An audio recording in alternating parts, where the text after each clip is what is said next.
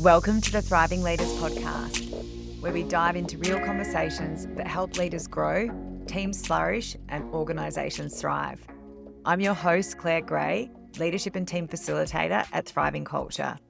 I'm also the author of Thriving Leaders, Learn the Skills to Lead Confidently, and Thriving Teams, When Teams Unite, Align and Achieve. This podcast is filled with practical tools, tips, actions, and insights that you can immediately apply so you can lead confidently. I interview thought leaders from across the globe. I hope you enjoy the podcast.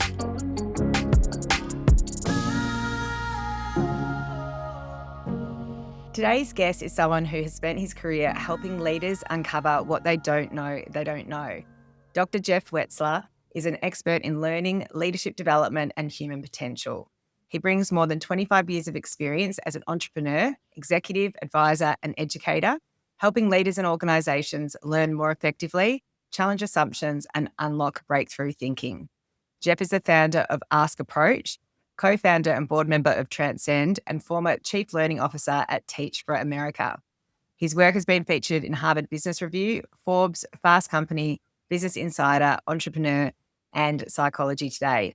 His most recent book, which I really love, is Ask, Tap into the Hidden Wisdom of People Around You for Unexpected Breakthroughs in Leadership and Life, was named as Amazon Editor's Pick for Best Books of 2024, and has been endorsed by thought leaders such as Jim Collins, Adam Grant, Kim Scott, Amy Edmondson, who also wrote both of our books forwards, actually. What I love about Jeff's work is that it challenges one of the biggest myths in leadership, that leaders need to have all the answers. Instead, Jeff argues that leaders who thrive are the ones who know how to ask better questions, stay curious, and uncover the hidden wisdom that already exists within their teams and organizations. So welcome, Jeff, to the Thriving Leaders podcast. Oh, thank you. It's so good to be here with you. Yeah, thank you. So for our listeners who might not be familiar with your work, how do you describe what you do and why it matters? Well, one of the ways I do it is to essentially talk about a problem that I think most leaders have, but don't often realize that we have, which is that the people around us see and know so many things. They have ideas, they have insights, they have feedback, they have perspectives that if we could find out, we would all be better off. We would make better decisions as leaders. We would work better together. We would move faster. We would grow better. We would innovate more. But far too often, leaders don't find out some of the most important things that the people around them think and feel and know. And as a result, suffer the consequences of that. But it is not a problem that has to be that way. There's something that leaders can do about it. And that's what I really try to focus on. Mm-hmm. So what causes that dynamic? Obviously, we can't say every single thought that we have, but what stops people Yes. holding back and sharing what they want to share? Well, first of all, I'll say as in my role as a leader of people and organizations over the years, I have also suffered from this problem myself, and I have quite often thought to myself, why didn't they just tell me that? Yeah. Why didn't they share the feedback? Why didn't they tell me the issue that we were going to run into? Why didn't they give me that good idea that could have saved it? So I'm not looking at this as a detached observer, but also as someone who is obsessed with the very question that you asked, which is how come people hold back? And it turns out that there's a lot of different reasons at play. The number one reason is some form of fear. Fear that it's not going to land well, fear that they might not look good, that they might look stupid, that the leader might be offended, that it might burden the leader, that it might put tension into the relationship. There could be repercussions for them. There's a lot of fear going on in the workplace, and I think most leaders, myself included, underestimate the degree to which people feel some level of fear or hesitation to speak up and speak the truth. But that's not the only reason. Another common reason is that sometimes people don't necessarily have the words to say it. Like it can occur to them as a gut feeling or an intuition, or maybe the words that come into their mind, they know that it's not going to go well if they say it that way, but they don't have a better way to say it. Sometimes, and another reason is that sometimes people just are tired, or they feel like they don't have time. I think especially as the pace of work is picking up with AI, everything is just accelerating. And that leaves fewer moments for people to say, let me actually surface a thought, because they don't want to be the one to slow down the team or hold it back. But I think the biggest reason that I have seen, and to me that's the most interesting, is people don't necessarily know that the leader would value what they have to do, what they have to say, even if the leader would. They think, well, this person didn't act on that person's feedback before, or I don't even know if it's my place to say this, or I don't know if they really care. To me, that's the most interesting one because it's very easy to do something about that. It's very Yeah. actionable for leaders to take on that one. But I think a lot of people walk around thinking, I'm not sure what I have to say is going to be valued. Mhm. It's so interesting that, like, I think leaders have this opportunity to give permission to people to share. And sometimes I think team members are asked, like, waiting to be asked rather than, Yes. and leaders just feel like it's implied, but they almost need to give permission to their people to do that and kind of lay that expectation. Yes. Not just permission, but an Yeah. invitation as An well. invitation. Yeah, yeah. That's probably a Yeah, better word to use. And also, like, obviously the fear links so much to how do we create environments of psychological safety as well, like, so that absolutely. people don't feel fearful to do that. I think there'll always be a level of fear, but it should feel safe enough to be able to challenge or put something out there anyway. Yeah. Totally. So Totally. what in your research do you notice are the common things that leaders aren't hearing from people? Like, what are the Yes, things that people are holding back there from? are some common patterns. Yeah. One of them is, well, the first one actually was very interesting. Is just leaders are not hearing the real perspectives that people have, what they actually, their real opinions, their true thoughts on an issue. Or if they are hearing people's thoughts, they're often hearing edited versions of them. Maybe the safer, the more polished, the slightly softened or massaged version of them. And if they are hearing any of that, quite often they're not hearing where those thoughts or opinions come from. What are the reasons, the real reasons, the true experiences that people have had that have gotten them to that? So there's a whole bundle of things that I think leaders are not hearing about perspectives and where they come from. Mm. There's another category, we call them silent struggles. The challenges that people are up against, the tensions that they are feeling, the things that are getting the barriers that they're running into, the things that are getting in the way of them doing their job.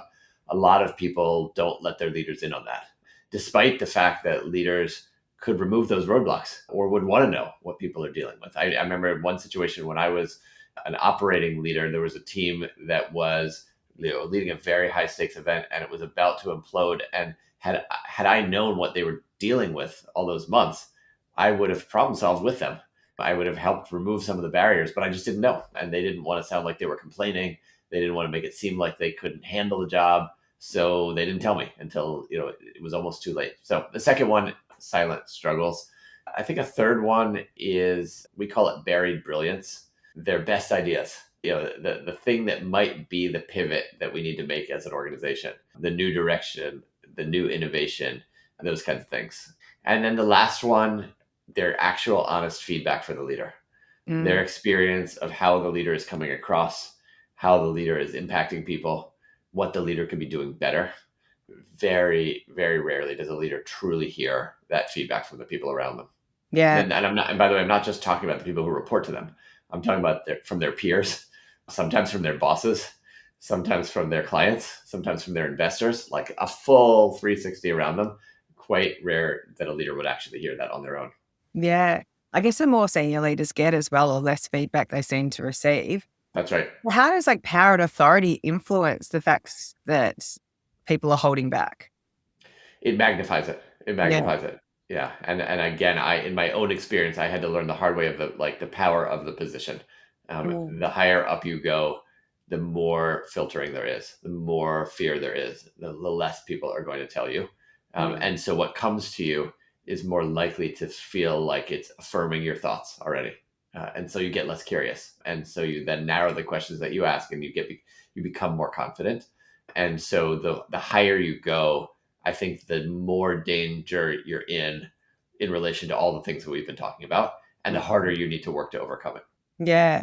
Because it's almost like that validation that happens, and, like, it makes me think of AI and how AI kind of validates what you think and doesn't necessarily always Exactly. challenge you as well. But then also Same when dynamics. Yeah, yeah, and that happens in team dynamics because you get groupthink where you're like, "Oh, I'm just gonna align with the leader to stay the course," but that impacts us to having great ideas and innovating and challenging, so to come up with the best idea as well. Yeah. So what's the exactly. real cost of not knowing what your people are really thinking?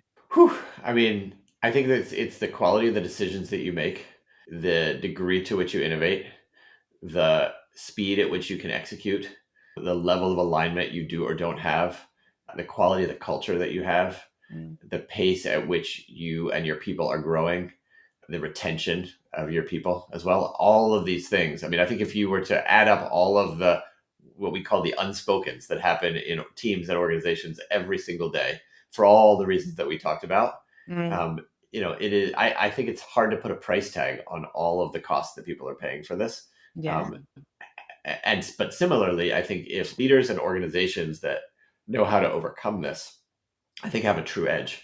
I think it is a superpower that that really differentiates leaders and organizations if they can unlock this collective intelligence around them. Mm. So how do we do that? How do we unlock this collective intelligence, Jeff? Well, so this is the main focus of the book. Ask. Yeah. Yeah. It's as as we've been discussing. It starts by trying to shine a spotlight on this problem and what's causing it and how prevalent it is and the cost we pay for it. But what I really care about is what can leaders do. Yeah. And so we developed this methodology called the Ask approach, which is you can think of it as kind of 5 moves that leaders can make or 5 superpowers that leaders can build into their own practice, but also into their teams and to the DNA of their organizations. Each of which is based in science, each of which has been tested in practice in a lot of different contexts. Each of which I think would make a difference towards this problem that we're talking about. But when combined, I think really turn into a superpower. So, do you want to kind of get into each of the pieces of it? I'd love to. Let's do it. Okay, good. So the first one is called choose curiosity, and it's very deliberate that curiosity is at the foundation of the ask approach. If you try to say the right thing or ask the right question, but you're not genuinely curious, it won't work. People will see through it. It'll feel like this is a manipulation or a gimmick or that kind of thing. On the other hand, if you are genuinely curious to learn from the people around you, they can tell. You'll radiate an energy where they want to share with you. Mm. And even if you don't get the perfectly formulated question, if you're genuinely curious, people can sense that, and you will learn a lot more. And I don't look at curiosity as a trait that some people have and other people don't have. I think we were all born incredibly curious, so it's in there for all of us. I don't look at it as a state of mind that one is stuck in. I truly look at it as a choice, which Yeah. means that it's a decision that's always available to us. And in the book, we talk about a bunch of different ways to choose curiosity. But I think ultimately what it comes down to is, can you get yourself into a mindset in any interaction where you're saying to yourself, what can I learn from this person? There's Mm. something important that this person has for me to learn. And my job here is to really learn it. Or at least a really important part of my job is to learn it. So Yeah. we can talk more about curiosity, but that's the essence of it. I definitely want to deep dive on curiosity because I actually referenced your HBR article with the curiosity dial in my book because I actually feel like curiosity is such a fundamental skill. But keep going through the 5 and then we might deep dive on each one if you want. Sure, great, good. Okay. So the second one it's called Make It Safe, and we worked very closely with Amy Edmondson on the ideas in here. But the main premise is that even if you're curious to learn from people around you, if they don't feel safe telling you their truth, you're not going to find it out. And so you're still going to be stuck with the problem that we talked about earlier. And so making it safe is about lowering the barriers, making it more comfortable, easier, more appealing for people to actually share with you what they truly think and feel and know. And as Amy pointed out, it's never going to be completely safe. There's always some degree of risk that people Mm. are going to be taking, but you can lower that risk. You can Yeah. lower the barriers. And we talk about a set of strategies that leaders can use to make it safer as well. And again, happy Mm. to dive into that one And too. I almost feel like it's like making it safe enough because I feel like when we Yes. say make it safe, I feel like it's about it being super comfortable and easy, whereas psychological safety is uncomfortable, it's challenging. So it's like safe enough. Like, Safe that's enough. Yes. yeah, Yes. I love that term. Safe yeah, enough. Yeah. yeah, Making it, as they say in tech, safe to try. Can yeah, you have, can people feel safe enough to try this? yeah. Third is called pose quality questions. And so this is a recognition that the quality of the question that you ask has everything to do with the quality of the information that you get back. And I think the AI has kind of shined a real spotlight on this. The quality of the prompt that you put into AI makes an enormous difference in terms of what you get back. And I think we have spent a lot, we've learned a lot, and a lot of people have been incredibly thoughtful about how do you prompt AI to get what you want out of it. Yeah.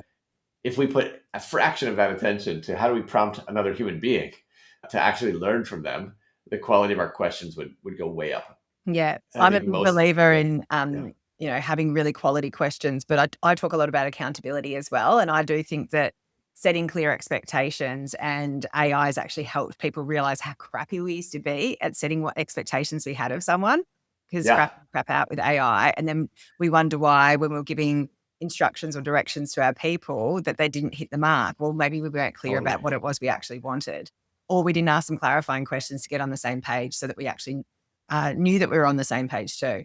Yeah. And the Exactly. power of All even of it. asking AI questions before you get started even refines the output that you get too.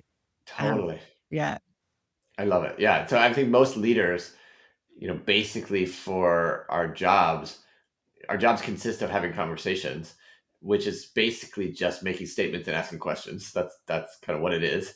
Yeah. And how few of us have actually really taken the time to think about what makes for a quality question. And so Mm, many of the go-to questions that people ask, I think, turn out to not be the highest quality questions. We do lots of exercises with leaders where we will put up a question, and leaders will say, "I asked that question 3 times a day," and then we dissect it and we realize this is why you're not learning as much as you can be learning from people. yeah. So that's quality questions. Number 4 is called listen to learn, and listen to learn is basically a recognition that you could ask the best quality question in the world, but if you don't actually hear what the answer is because you're not Mm, listening well, you won't find out what you need to know. And most of us think we are far better listeners than we really are. yeah. And there's a lot that we don't hear. And so listening to learn is about truly how do you take in the most essential things that people are saying, and even get at some of the things that they're not saying, to listen between the lines, Mm. so that you can hear the true meaning in people's answers to your questions. And I love that because I do think the people that ask the best questions are often the best listeners because they're actually listening to what's actually being said. So the questions follow. But I see the link because I use the language around listening to learn as well and asking curious questions because I just think there's this link between the two around listening to learn and that curiosity that comes with Yes. that. Yeah.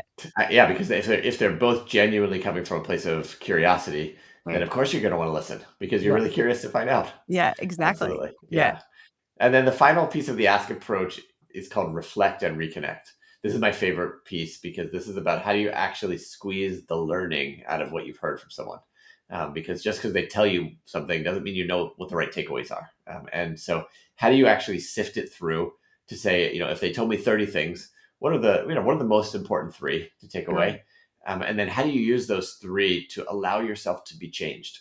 To say, how does this shift my thinking? What does this make me want to do? What deeper understandings is this giving me about myself or my approach? Mm. That's the reflect part, and it doesn't have to take a lot of time. I think a lot of people think, well, I don't have time to reflect. I have to go for a yoga retreat or whatever. But like you can do this in a matter of minutes. Yeah. And then the reconnect part is to say, don't just take it away for yourself. Reconnect to the person who shared it with you, and say to them, "This is what I learned from you, and this is what I'm going to do about it. And thank you for taking that risk or taking that time to share it with me. And by the way, is there anything more you were hoping I would learn or thinking I should take away from our conversation?" It's such a rare thing for leaders to go back and reconnect and let people know how valuable their input was. And I think when leaders don't do it, that's when people stop speaking up because they get cynical and they think, well, it didn't matter. They didn't do anything with it. But if you can just take the extra moment to go back and say to people, "This is what I learned," it makes a huge difference. It helps them feel valued, shows them their power. It significantly increases the chances they will share again over time. Yeah. I think that's so powerful, and I reckon that's something that often gets missed, like that playback at the end of what's been most useful for you, what you're taking away. And even as I was hearing you go through, and I've read Ask, and I'm familiar with the Ask approach, but even as you're going through it, I was like, oh, I feel like this is almost a good methodology as a podcast host of what you need to do as well. So there you Well, go. you are a professional question asker. Yes. Well, that's it. I think the reason why I love doing this so much is I'm already a coach. So I feel like I'm already fairly good at asking questions, or I quite like asking questions anyway. So I mentioned before that I did reference your Harvard Business Review article, which is the right way to prepare for high stakes conversation. And there's a curiosity check in that article and, the different zones of certainty to curiosity as well. Can you tell us a little bit about the dial? Because I did reference it because I just thought it was such a great way to change your mindset. Because I think the word curiosity gets thrown around a lot, especially, what skills do we need for the future? Curiosity. And I actually think curiosity and communication are two fundamental skills that every person should have. But I just Yes. love the way you position it in that article. Can you tell us a little bit Thank you. about the dial and how leaders could use that? Absolutely. Yeah. So we call it the arc of curiosity. Mhm. And it's sort of a way for leaders to recognize their level of curiosity in every situation. So it's kind of like in any situation that you are in any conversation that you're in, your level of curiosity is somewhere on this arc, whether you know it or not. And so the lowest level of curiosity that one could have, the lowest level on the arc, we call that self-righteous disdain, where you're basically thinking the other person is wrong and they're wrong for being wrong and they're bad and I can't stand it all and I'm right, all those kinds of things with a very heated level of emotion Mhm. going through, and I think we've all found ourselves, in that self-righteous disdain at some point in time. One level up from that, we call confident dismissal. So you don't necessarily have a disdain for the other person, but you're pretty clear that if they disagree with you, that they're wrong and you're right, and you're going to be quick to dismiss them. One level up from that, we call skeptical tolerance. And this is, you're thinking to yourself, okay, maybe I'll hear them out. I'm pretty sure they're wrong, but okay, I'll listen. But I don't think I'm going to be convinced here. Those are the first three levels of the arc, and we call those the zones of certainty. Then up from the zones of certainty are the zones, of curiosity, and the first one we call cautious openness. So you're thinking to yourself, I'm not sure, but let me be open here. Let me just listen and see. Maybe there's something here for me. One level up from that, we call genuine interest. You're thinking, I truly want to understand, where is this person coming from? What do they think? If they see it differently than me, how come? What might I be missing? You're genuinely interested. And then the highest level on the arc, we call fascinated wonder, where you're thinking, wow, this is incredible. There's so much to learn from this person. There's so much to learn about them. I can't wait to find out more. Those are the three level, the three zones of curiosity. So you put these together kind of on an arc. And first of all, what I have found is that just by kind of giving these names and visualizing these, for many leaders, that's enough to recognize, oh, you know what? I am in confident dismissal, Yeah. or I am in self-righteous disdain, because these mindsets that we have almost are invisible to us. And so when we're in confident dismissal, the way we experience the world is they're wrong. We don't Mm. experience the world as my mindset is confident dismissal. And so it does something, that psychologists call the subject object shift, where these mindsets that we have, typically the way that we operate is, we are their subjects. We are at their mercy. But when you visualize them and you put it out there and you give them language, all of a sudden they can become the object of our attention. And when they're the object of our attention, they can be the object of our reflection as well. And so for a lot of leaders and teams are now using this arc of curiosity just to increase their self-awareness and say, where am I on the arc heading into this feedback conversation, heading into this negotiation, heading into this collaboration, whatever it is. Sometimes leaders will literally put up the arc and say to everybody in the room, I just want you to think about where you are on this arc before we have this conversation. Or sometimes leaders will, tape it to their wall or put it next to their computer and say, I just got to look at it before I head into this conversation. For some people, that's enough. Other people then say, not just where am I, but where do I want to be on the arc? Because a point that we often make is you don't have to go all the way to fascinated wonder. If Mm. you're at confident dismissal, can you get yourself to cautious openness? Can you maybe just move up one or two clicks on the arc? That can be enough to take in, because then you're able to take in some new information. Then you're more likely to authentically want to ask one question. So notice where you are and Mm. think about where you want to be. Yeah. We have that, since the book has come out and the article has come out, we have developed additional methodologies to help people move up the arc. Some of them are more intellect based methodologies, like how do you actually analyze the story that you're telling about a situation and try to identify what assumptions you might be making, what could be a different way of interpreting the situation. A lot of times that kind of work for people who engage first from the head can be very helpful for them to realize, oh, you know what, maybe there's information I'm missing. Mm. Some people might want to engage more from the heart. And so we have developed empathy meditations and visualizations that can help people connect more to what might this other person be up against, or what's hard for them, just like there are hard things for me, or how might I be impacting them, and feel the connection to them as another human being. And for some people, that is what it takes to move up the arc, and to loosen up one story. And then there's other people who want to sort of engage more from an action-based perspective. And so we have some ways. Can you experiment your way up the arc? Can you enlist other people? So there's a variety of different methodologies, and we have all of this on the website, that people can be using to move their way up the arc, if it's not enough just to sort of see it and ask yourself where you want to be. Yeah, awesome. We'll definitely link it in the show notes for the podcast. What I particularly like about it is I think about when I read it, I could identify myself in the arc. And then I think about like fascinated wonder, like when I'm on a podcast with people, I'm learning. And so like there's so much curiosity and fascinated wonder. But then you think about when you feel like you're quite right and you're quite fixed. And I can see the overlay with Carol Dweck's work around fixed mindset and growth mindset, which I know is on a spectrum, but I think people can really identify where they actually sit and be a little bit more intentional about where they actually want to sit. And I reflect a couple of weeks ago, I've got a healthy debate model, which is about diagnosing the problem that we're trying to solve. And when we come together as a team, about asking curious questions, listening to learn and sharing our perspective, and then how we're going to decide and how we're going to dedicate to it. So the 4 Ds of healthy debate. And we're practicing this skill. And when we reflected at the end on how the team went with that, we had actually, in reflection, I should have actually used the curiosity arc. We didn't. But what was really interesting was the reflection of people had assumed before coming into the session where that they were quite fixed or maybe self-righteous disdain or, very certain about what their view was, but they chose to be more open, and it changed the outcome of the conversation completely because people were open to other perspectives. And I think it's almost just that intentionality that you have, whether that's head, heart, or gut, or head, heart, and hand, however you want to talk to it, that people can have to shift the dialogue within a team. So I think it's just such a powerful, powerful tool. I love it. I love it. And I'm going Thank to you. a little bit more. Yeah.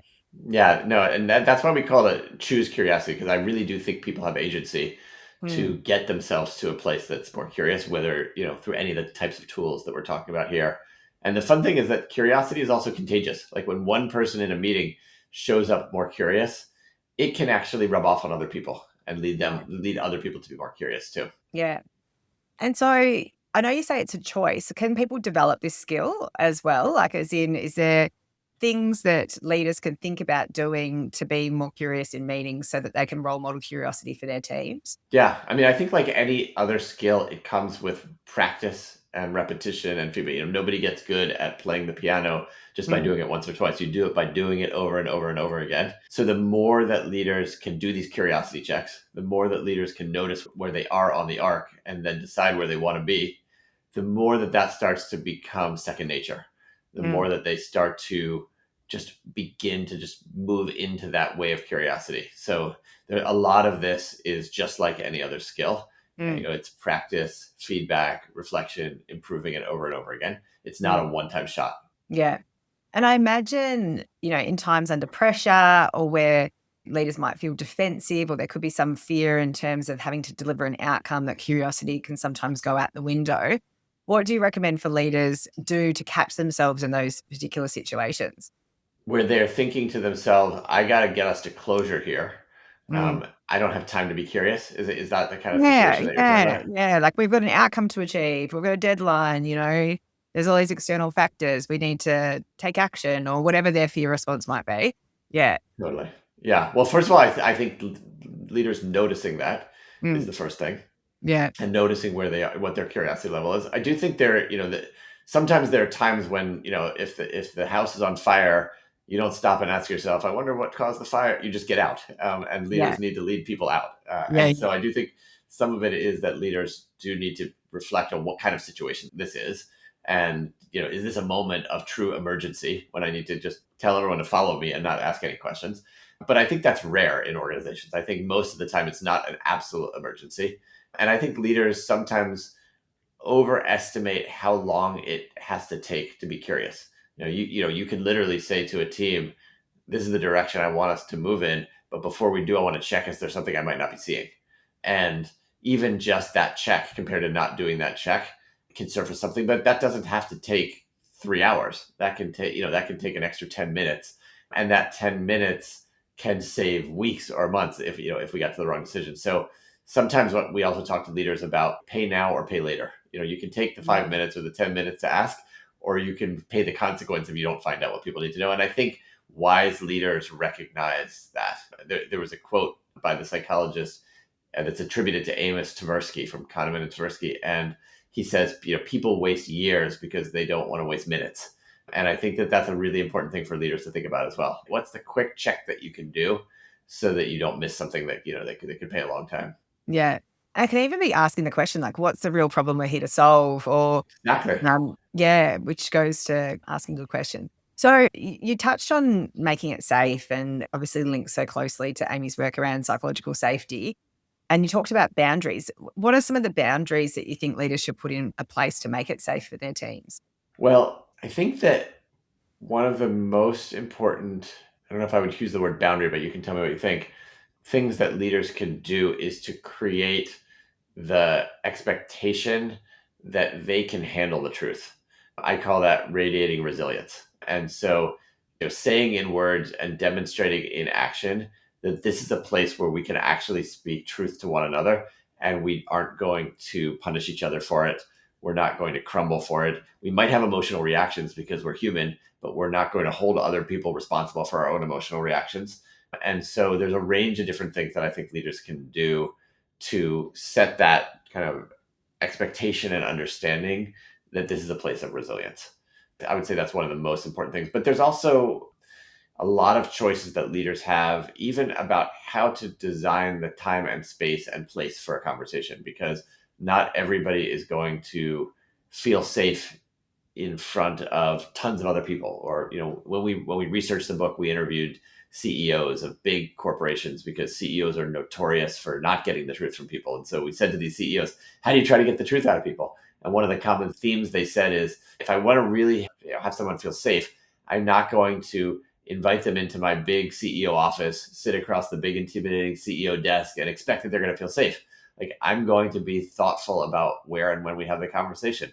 Maybe we'll have a meal together. Maybe we'll take a walk. Maybe we'll do a ride along. Who knows what it, and there was no single answer, but the main thing is, where's the other person going to feel most comfortable? And so I think I don't know if that's a boundary or just a kind of a design choice that leaders make. But where and when and how do we create connection has an enormous impact on whether people feel safe. Yeah. I do feel like the walk and talk seems to people open up a lot more. You Totally. can't always get a team walking and talking to hear the same conversation too, but how do you actually create the environment as well? Yeah. And that's why I also Yeah. offsites and stuff like that, so you're not in the day to day, so you can have the deeper conversations and do the deeper Yeah. work. Even just as simple as, like, if you're having a team meeting, even in the office, and you want to have a discussion, before you open it up for everyone to have the discussion, can you give people a moment to sit quietly and collect their thoughts? Can you give people a chance to talk to one other person first and to kind of clarify there's a whole set of moves that leaders can make, even within the constraints that they typically operate in, that can significantly increase the degree to which people are going to feel safe sharing what they have to say. Yeah, awesome. So let's talk about posing quality questions. Like, what are the fundamental elements of a great question? Well, I would say, in the book, I distinguish between quality questions and crummy questions, Yeah, and it's truly more of a spectrum than black and white binary. And of course, it depends on the situation, but there are some very common kinds of questions that I would call crummy questions. First of all, so the most common type is what I would call a clumsy question, a question that I think is intended to truly learn from the other person, but because of the way it's posed, it makes it hard for the person to give an honest answer. A good example of that is a question like, so does that make sense? A leader will explain something, or, and then just check, does that make sense? And there's all kinds of reasons why that's a difficult question. I would call it a clumsy question. Typically the answer is not just yes or no. And even if someone does say, and it's hard for someone to say it doesn't make sense, because they might look stupid, or they might yeah, not want to tell the leader they're not making sense. Or even if they do say it makes sense, the leader doesn't know, like, are they agreeing with me or just understanding what I have to say? yeah, And so That's a good example. There's also sneaky questions where people are, But with the, does that make sense? Like, because to me, yeah, like clarifying question, what would be a better question that someone could ask instead of, does that make sense? yeah. So if what you're trying to do is to find out how is what you're saying landing for the other person, a question like, what does that make you think? Or what Yeah. are your reactions to that? Can, give a far more space for the person to give you all the shades of gray of what they're Yeah. Because really I thinking. might say, like, what's coming up for you, like, might be something I Yes, might what's say. coming up Yeah. for you when you Yeah. say Yeah. that? Yes. Yeah. Yeah. Yeah. Awesome. Or you could be asking questions like, what about that resonates and what raises questions or concerns for you in Yeah. that as well. Or if you really want to kind of invite what I call disconfirming data, you could be saying, what am I overlooking here? Or, what could go wrong about what I'm just proposing? So you can be explicitly inviting people in to bring in challenge. All of those, I think, are better alternatives than, does that make sense? Yeah. Yeah. What other possibilities are there? Yeah. That sort of Yes. thing. What Yeah. other possibilities are there? Yeah. Yeah. What might we not yet be thinking about? Yeah. Awesome. Totally. Yeah. Sorry, keep going. I That's interrupted. okay. I was curious That's all if that, good. because I know I observe a lot of people say that. Yeah. Yes. And I appreciate inviting the contrast between the Mm. clumsy. So another category of question that I would call a crummy question is the sneaky question. But the question where you're trying to get the other person to do something, but using a question as opposed to being more direct about your thoughts. And I've had a number of conversations with people who've said, well, actually, that's quite effective.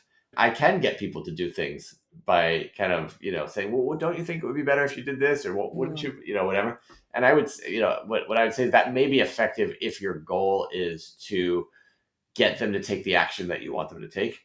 But if your goal is to learn from them and find out what they think and feel and know, you're much less likely to do that because they're going Mm. to feel manipulated and they're going to feel maneuvered into a corner and those kinds of things. And so this is where we talk about, if you have a thought or an opinion or something you're wrestling with, sometimes it's better to open up about that first before you ask the question, and to sort of say, like, this is what I'm wrestling with and here's what I'm struggling with, or here's the dilemma that I feel like I'm stuck in.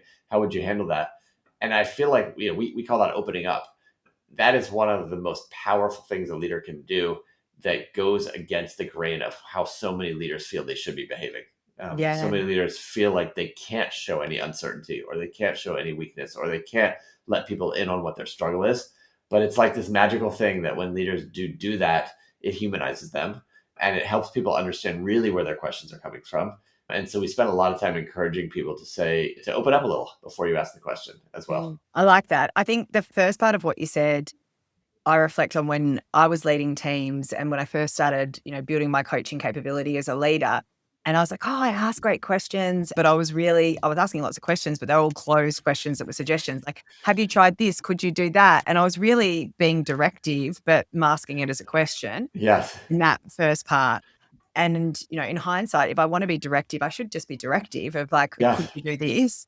Rather than making it as a suggestion masked as a question. And then on the flip side, I do think actually kind of showing a bit of vulnerability and sharing the challenges that you're facing and getting perspectives that is that invitation or permission that you raised before to open up the dialogue as well. So yeah, really like that. Yeah, thank you. Yeah, and I think that leaders, like, there's a just the same way that, surgeons have their tools. There Mm. are the scalpels and the forceps and all the different things. Questions are the tools of leaders, and we don't need to leave it to leaders to invent all their tools themselves. There's a known set of quality question strategies that if leaders can master, it gives them such a greater repertoire to learn from people. And so, in this chapter of the book, I've tried to outline what are the 8 or 9, really important question strategies that you can be learning. And I like to point out, like, I'm not saying that there's 50 or 100 or 200, like, it's a very manageable number, less than 10 kinds Mm. of strategies that if you learn this as a leader, you'll have so many more degrees of freedom in terms of what you can actually ask and learn from people. Mm. So for our listeners, like what would be one or two of the best types of questions that they could ask? Yeah, I mean, one of the categories that I talk about is it's called dig deeper. And so when people give you, here's my perspective, it's always coming from somewhere. Mm. And so often a leader will take their perspective and either run with it or debate it or whatever it is, but find out where it's coming from. So someone says, I disagree with you, or I think we should do this. Tell me what leads you to think that. Walk me through how you got to that. What's an experience that you've had that makes you feel so strongly about that? Those are all the kinds of questions that can help you dig deeper and then ultimately see what they see as well. That's one direction that these kinds of questions can go in. There's also strategies to invite ideas, to solicit how might we think differently about this? What might we do in this situation? There's strategies to find out their feedback and then invite reactions. So it's a manageable number of things that people can learn. Yeah, I love it. So listening. So obviously listening is a skill in itself and something that I think people assume that they're very good at, but probably people daydream or they're listening to respond or defend or, Or look like they're listening. yeah, Yes. they'll pretend to listen. So what are some of the tips that you recommend for people to be more actively listening and listening to learn? Yeah. There's so much to say here. I would Yeah. say if I were just to pick one, and in the book we have a whole set of them, but I would say the single most powerful one is what we call tell back and test. Is once someone sells you something, Mm, instead of assuming that you heard them correctly, or mm, instead of responding or rebutting them, just check if you understood it correctly. So that could just sound like, so I think I hear you saying this. Let me check. How close is that to what you meant? Or is that right? And just this act of paraphrasing it back in your own words, not exactly the words I said, but this is how I'm hearing it. And then checking has so many benefits. The first is that you get better information. I would say like at least half the time when I tell back and test, someone will say, well, that's sort of, but that's not quite what I meant. And so then I get a more accurate understanding, which I never would have gotten if I hadn't checked it. A second benefit is it just can slow down a conversation. So if you're going back and forth like it's a tennis match and it can get heated or tense, if you just say, wait, hang on, I want to just check, is this what I think I heard you say? Is that right? It just changes the whole pace of the conversation. So everyone has a moment to breathe and to think and get more curious. But I think the most important benefit of it is that it sends the message to the other person of how much you value them. Like, I value you enough that I really want to make sure I understand where you're coming from. I'm going to use my own time and my own words and my own breath to just check if what you wanted to convey to me is coming through enough. yeah. And that leaves a kind of emotional imprint on the other person, and I think also changes the tone of the conversation because people feel more valued when they do that.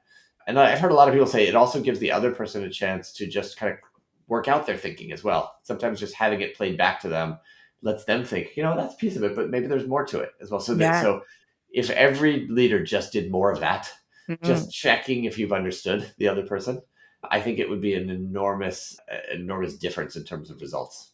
Yeah, I completely agree. I do love the playback. And I think when a leader says, oh, so what I'm hearing is X, Y, and Z and kind of plays it back to the person, I definitely think it builds rapport. But also the link to accountability, like when we're setting expectations, actually asking a question, oh, so we're on the same page. What are your next steps? Getting someone to play back what they've heard when you've given them an instruction or an expectation. And then you can actually clarify whether what you said landed or not. I feel like it goes both ways. And Yeah. it's such a simple thing that leaders can really, really easily adopt, and it really makes a difference to the relationship between people and their teams. Yeah. The biggest mistake I see leaders making is that they play it back, but they forget to do the test part.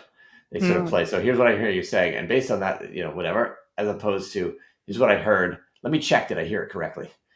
Before that test is such an important part of the listening strategy. yeah. And why do you think kind of testing, like, why do you think that part's so critical?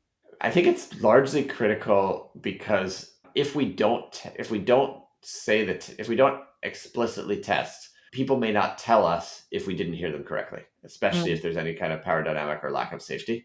And so you're not going to find out if you misheard them if you don't actually test it. yeah. Yeah. 100%.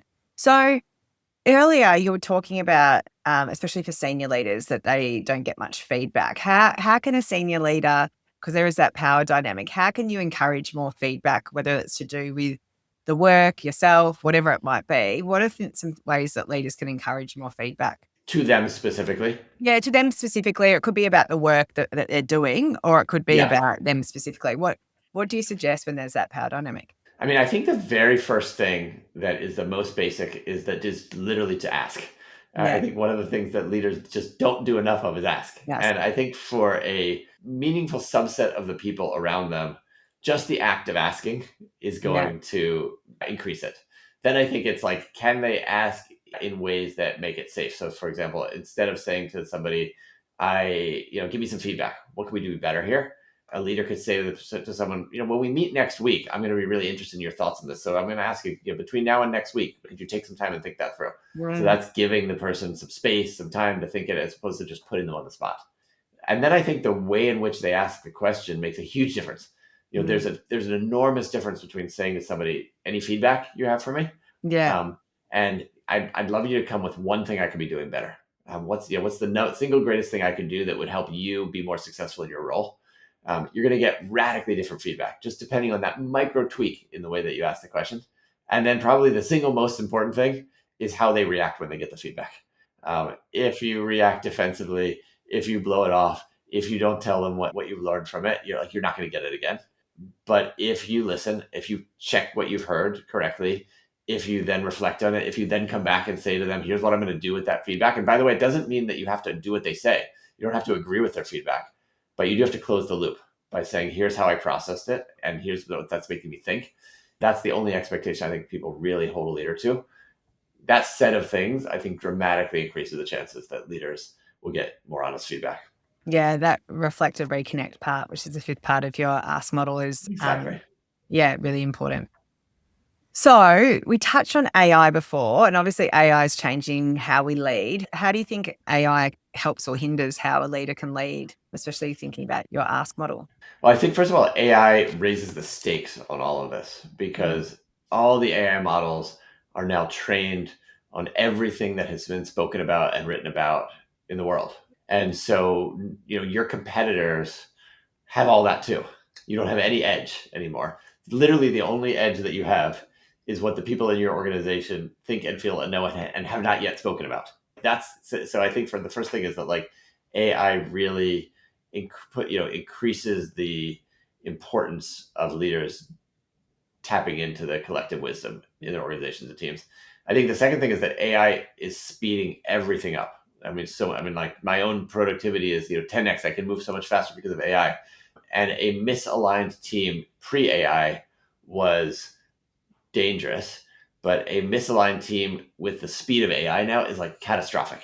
Yeah. And so if people on the teams are not learning from one another across boundaries, AI is going to ruin you because you're just going to have to be moving so fast. So that it ups the ante on all of this. Yeah. I also do think that AI can be a helpful tool for leaders or anyone trying to learn this stuff. Even if you're doing a curiosity check and you realize that you're at confident dismissal, you can ask AI to help you get to genuine interest. You can say to AI, give me a few prompts or provocations I can be thinking about that could help me move from confident dismissal to genuine interest. What might I be overlooking? What's another way to interpret the situation? If you put that into your favorite bot in the privacy of your phone or your computer, it will give you some of that coaching to help you become more curious. Yeah. And then I also really love using AI to help me generate quality questions as well. Questions I didn't think to ask. You can now take a transcript and put it into AI and say, "This is what I heard, but help me. What did I miss? What else did I not hear in this conversation?" It will help to listen. Yeah. We are developing an AI tool as we speak for leaders to take transcripts of their conversation and put it into the bot and get coaching on what better questions they could have asked, how they could have made it safer, how could they have listened better. And so I think that the possibilities are really exciting as well. Yeah. I completely agree with everything you've said, because I do think that on the one hand, AI can be a great coach and get us to see the stuff that we're not seeing. And then on the flip side, what you're saying is that it's forcing us, well, not forcing us, but we need to have better conversations. We need to ask better questions. We need to listen to learn and share our perspectives and get those perspectives out heard. But then also there's a limitation of, I think it's reducing our level of connection because we can just type and speak to AI rather than asking the dumb question of our peer, or which builds Totally. relationships. So it's, Yes, it's sort of the benefit and the shadow side of very apparent right now. totally. I completely agree. Yeah. I've absolutely loved our conversation, Jeff. But if you could leave our listeners with one message about thriving teams, what would that be? I think it would be that every single one of us is surrounded by people who have the insights we most need. Like, the solutions to our greatest problems, our biggest challenges, often reside in the sphere of people around us, whether in the meeting room or our investors or the people that work for us or work with us or whatever else. And to remember that there's always something important to be learning from everybody. Mm. Awesome. Thank you so much, Jeff. I've really enjoyed our Pleasure. conversation Me today. too. Me too. Awesome. Lovely. Thank you for having me.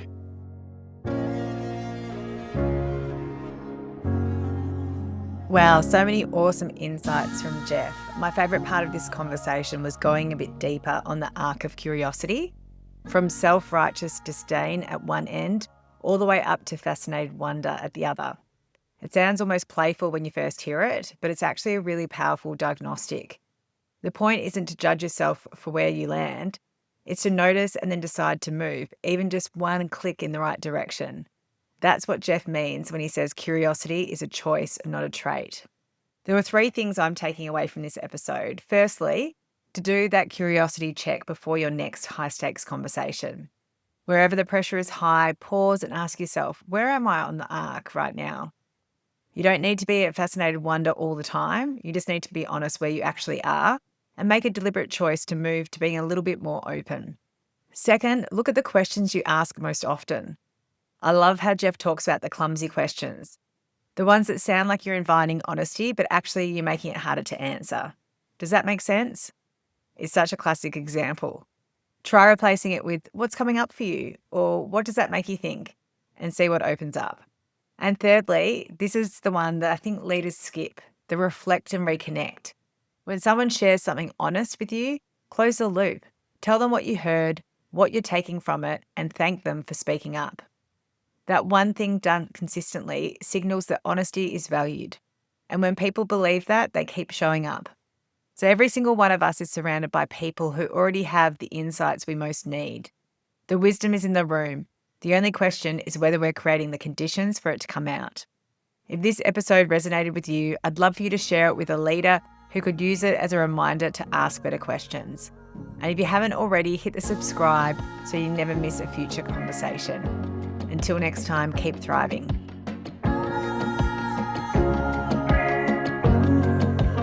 Thanks for joining us at the Thriving Leaders podcast.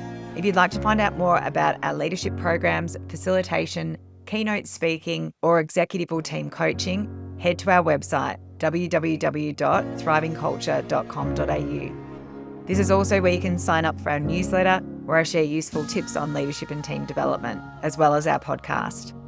You can also grab a copy of either of my books on our website, and it's also available on all good online retailers, including Audible, Spotify, and Kindle. If you like this episode, I'd be so grateful if you left a 5-star review, as it helps us reach more people and therefore helps more leaders thrive. Please subscribe.